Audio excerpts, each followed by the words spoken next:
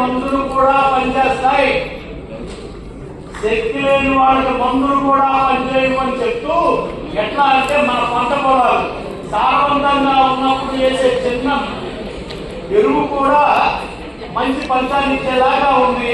ఇప్పుడు AC AC AC ఎంత పెద్ద మందు వేసినా కాలు వచ్చేలాగా ఉంది తప్ప పంట రావట్లేదు.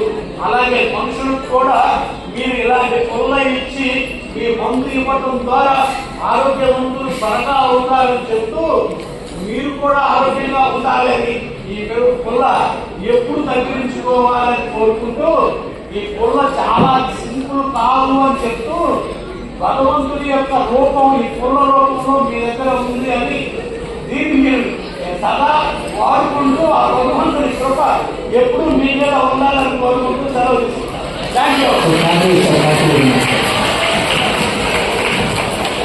స్టూడెంట్స్ దగ్గర నుంచి ఒకే ఒక రిక్వెస్ట్, సార్ మీకు చెప్పేది వచ్చంటే బాటమ్ లైన్ రెండే వర్డ్స్ అమ్మా, మీరు రెండే సెంటెన్స్ ఏంటంటే, మీరు అలోపతి మెడిసిన్ వచ్చంటే యాసిటీస్ కంటిన్యూ అనేది చేసుకోవాలి.